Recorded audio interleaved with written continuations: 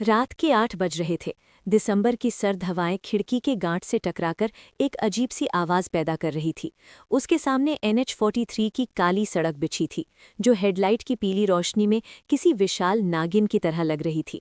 आर्यन का काम आज खत्म हो जाना चाहिए था, लेकिन अंतिम समय में आए एक अर्जेंट पार्सल की वजह से उसे इस सुनसान पहाड़ी रास्ते पर आना पड़ा। गाड़ी के डैशबोर्ड पर रखा एक छोटा सा लाफिंग बुद्धा हर गड्ढे के साथ हिल रहा था, मानो आर्यन की बेबसी पर हंस रहा हो। मोबाइल का नेटवर्क पिछले 10 किलोमीटर से नो सर्विस दिखा रहा था। आर्यन ने रेडियो चलाने की कोशिश की, लेकिन वहां भी सिर्फ कर्र की कर्कश आवाज ही सुनाई दे रही थी। पता नहीं किस पागल ने इस जंगल के बीच घर बनाया है। ऊपर से ये गूगल मैप्स, लगता है आज ये मुझे नर्क का रास्ता दिखाकर ही मानेगा। तभी उसे सड़क के बाईं ओर एक आकृति दिखी। कोहरा इतना घना था कि पहले उसे लगा कि शायद कोई पेड़ गिर गया है, लेकिन जैसे जैसे गाड़ी करीब आई, रोशनी एक आदमी पर पड़ी। वो आदमी जमीन पर पालथी मारकर बैठा था और एक सूखी लकड़ी से मिट्टी पर कुछ अजीब सी लकीरें खींच रहा था। उसके सफेद बाल हवा में बेतरतीब उड़ रहे थे। आर्यन में गाड़ी की रफ्तार धीमी की। उसे लगा कि शायद रास्ता पूछ लेना बेहतर होगा। बाबा ओ बाबा, जरा सुनिए, ये सिमलगुड़ा जाने वाला रास्ता यही है क्या? आदमी ने सिर उठाया और एक भयानक सी हंसी हंस पड़ा, जिसे देखकर आर्यन को अजीब सा लगा। लेकिन जैसे ही आर्यन ने ध्यान से उसकी तरफ देखा, वो आदमी वैन के पास बिल्कुल सामान्य सा खड़ा था। आर्यन को लगा शायद ये उसका वहम था। उसने खुद को संभाला और फिर से जोर से आवाज दी, ओ बाबा, जरा सुनिए, ये सिमलगुड़ा जाने वाला रास्ता यही है क्या? यहाँ रास्ते खत्म नहीं होते बेटा, यहाँ सिर्फ चक्कर शुरू होते हैं। पीछे मुड़ जा, अभी भी समय की एक लकीर बची है।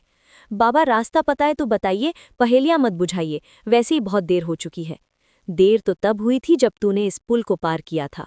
जा, देख ले अपनी दुनिया, अगर ढूंढ सके तो। आर्यन ने बड़बड़ाते हुए कांच ऊपर चढ़ाया और एक्सीलरेटर दबा दिया।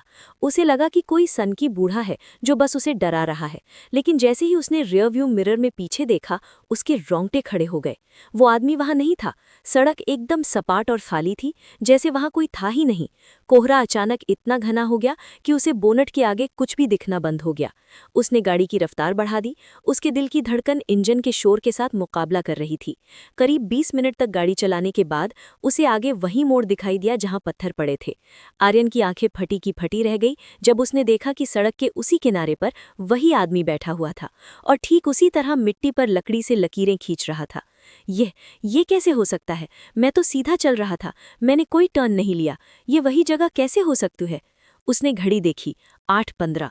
वो 20 मिनट से गाड़ी चला रहा था, लेकिन गाड़ी फिर से वही जगह आ पहुंची थी। कोहरे के पीछे से एक धीमी सी हंसी गूंजी, जो वैन के लोहे को चीरती हुई आर्यन के कानों तक पहुंची। आर्यन के हाथ स्टीयरिंग व्हील पर कांप रहे थे। माथे पर पसीने की बूंदें इतनी ठंडी लग रही थी जैसे बर्फ की सुइयां चुभ रही हों। उसने वैन की हेडलाइट्स को हाई बीम पर किया। रोशनी की 2 तेज किरणें कोहरे की मोटी चादर को भेदने की कोशिश करने लगी। उसने आदमी की ओर देखने की हिम्मत नहीं की। उसने झटके से गियर बदला और वैन को इतनी तेजी से भगाया कि टायरों की चीख सन्नाटे को चीर गई। ये सिर्फ मेरा वहम है, वो खुद को बार बार दोहरा रहा था। पहाड़ी रास्तों पर अक्सर एक जैसे मोड़ होते हैं, मैं बस थक गया। करीब 10 किलोमीटर तक उसने गाड़ी को 80 की स्पीड से नीचे नहीं आने दिया। अचानक सड़क के बीचों बीच एक लाल रंग का दुपट्टा पड़ा दिखा। आर्यन ने गाड़ी नहीं रोकी और उसके ऊपर से निकल गया, लेकिन ठीक 5 मिनट बाद वही लाल दुपट्टा फिर से हेडलाइट की रोशनी में चमका। आर्यन का गला सूख गया। उसने फिर गाड़ी निकाली। तीसरी बार जब वही दुपट्टा दिखा तो उसने गाड़ी को ब्रेक मार दिया। गाड़ी एक झटके के साथ रुक गई। आर्यन नीचे उतरा और उस दुपट्टे को उठाया। जैसे ही उसने उसे छुआ, उसे लगा कि वो कपड़ा नहीं बल्कि किसी की ठंडी त्वचा है। उसने घबराकर उसे फेंक दिया। तभी उसे सड़क के किनारे झाड़ियों में हलचल सुनाई दी। कौन है वहां? देखो, मेरे पास पैसे नहीं है, सिर्फ कंपनी का सामान है, मुझे जाने दो। झाड़ियों से एक आवाज आई, एक ऐसी आवाज जिसे सुनकर आर्यन के पैरों तले जमीन खिसक गई। वो उसकी माँ की आवाज थी। आर्यन बेटा, इतनी रात को कहाँ जा रहा है? घर आजा, खाना ठंडा हो रहा है। आर्यन स्तब्ध रह गया। उसकी माँ तो 200 किलोमीटर दूर शहर में थी। वो यहाँ इस खौफनाक जंगल में कैसे हो सकती थी? उसने टॉर्च जलाकर आवाज की दिशा में रोशनी डाली। वहां कोई नहीं था, बस घने पेड़ थे जो हवा में ऐसे हिल रहे थे जैसे कोई राक्षस अपने हाथ फैला रहा हो। ये मुमकिन नहीं है, तुम माँ नहीं हो सकती, तुम जो भी हो सामने आओ। तभी झाड़ियों के पीछे से एक आकृति धीरे धीरे बाहर निकली। वो उसकी माँ ही थी। वही नीली साड़ी, वही सफेद बाल। लेकिन जैसे ही वो रोशनी के दायरे में आई, आर्यन की चीख निकल गई। उसकी माँ की आंखें नहीं थी। आंखों की जगह सिर्फ 2 गहरे काले गड्ढे थे, जिनसे काला तरल पदार्थ बह रहा था। वो भयानक तरीके से मुस्कुरा रही थी। नहीं, तुम मेरी माँ नहीं हो। वो दौड़कर वैन के अंदर घुसा और दरवाजा लॉक कर दिया। उसने तुरंत अपने दोस्त समीर को फोन लगाने की कोशिश की। फोन पर घंटी गई। हेलो आर्यन भाई, कहाँ है तू?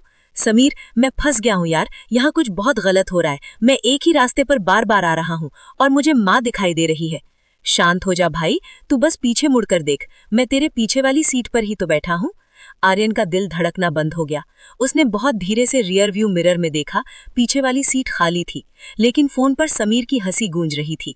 अचानक फोन की स्क्रीन काली पड़ गई और उस पर खून जैसे लाल अक्षरों में लिखा आया, समय समाप्त। उसने वैन स्टार्ट की और पीछे की तरफ रिवर्स गाड़ी भगाने का फैसला किया। उसने सोचा कि अगर वो वापस उसी रास्ते जाएगा जहां से आया था, तो शायद इस जाल से निकल जाए।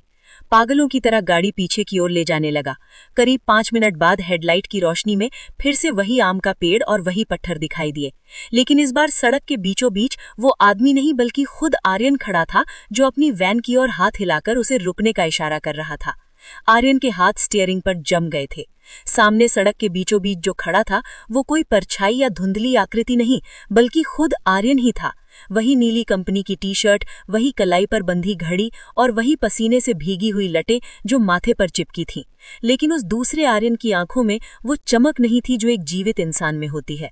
उसकी आंखें पत्थर की तरह स्थिर और ठंडी थी। वो दूसरा आर्यन धीरे धीरे वैन की ओर बढ़ने लगा।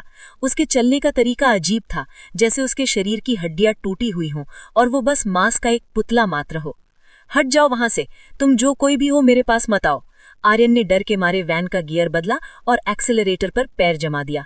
उसने सोचा था कि वो शायद डरकर हट जाएगा, लेकिन वो दूसरा आर्यन टस से मस नहीं हुआ। वैन तेज रफ्तार में आगे बढ़ी और सामने खड़े आर्यन से जोरदार जा टकराई।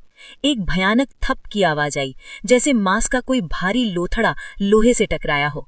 वैन का विंडस्क्रीन खून के छींटों से भर गया। आर्यन ने कांपते हाथों से वाइपर चलाया। खून साफ हुआ, लेकिन सामने सड़क फिर से वैसी ही खाली और सुनसान थी। न कोई लाश थी, न कोई निशान। ये सब दिमाग का खेल है। कोहरा, थकान, बस यही है। मैं बस अब घर जाना चाहता हूँ, नहीं करनी पार्सल डिलीवरी। तभी उसे वैन की छत पर कुछ खुरचने की आवाज सुनाई दी। ऐसा लगा जैसे कोई अपने नाखूनों से वैन की छत को फाड़ने की कोशिश कर रहा हो। अचानक वैन के दाहिने तरफ की खिड़की पर एक हाथ दिखाई दिया। ये वही हाथ था जिस पर वैसी ही घड़ी बंधी थी जैसी आर्यन ने पहनी थी।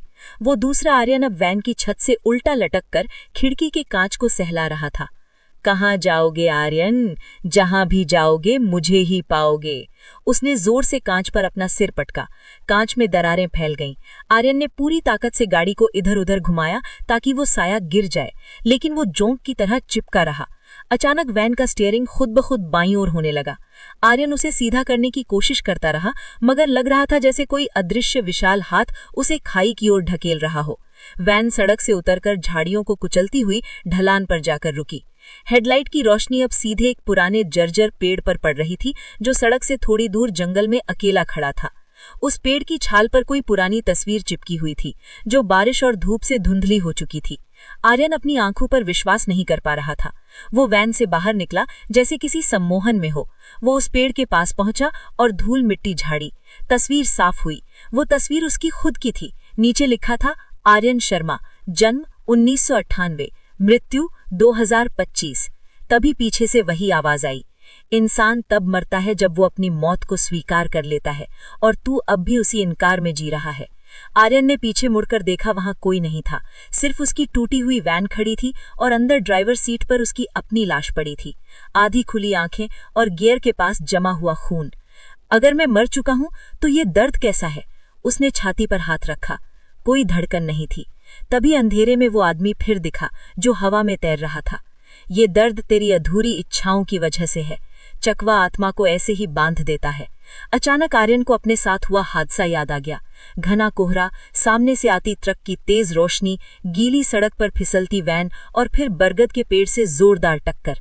उसे समझ आ गया कि जिसे वो सफर समझ रहा था, वो उसकी मौत के बाद का ही एक भ्रम था। दूर एम्बुलेंस की लाइट चमकी। पुलिस ने उसकी लाश ढंग दी। एक सिपाही बोला, सर, इसके हाथ में ये पुराना पीतल का सिक्का कहाँ से आया? आर्यन ने देखा वही सिक्का उसके अपने हाथ में भी था। तभी उसे याद आया जब वो इस सड़क पर आया और बाथरूम के लिए एक पेड़ के पास रुका, तभी उसे ये सिक्का नीचे पड़ा हुआ मिला था। वो सिक्का चकवा का निमंत्रण था। अब तू भी इस सड़क का हिस्सा है। कोहरा फिर गहराया और दूर से एक नई गाड़ी आती दिखी।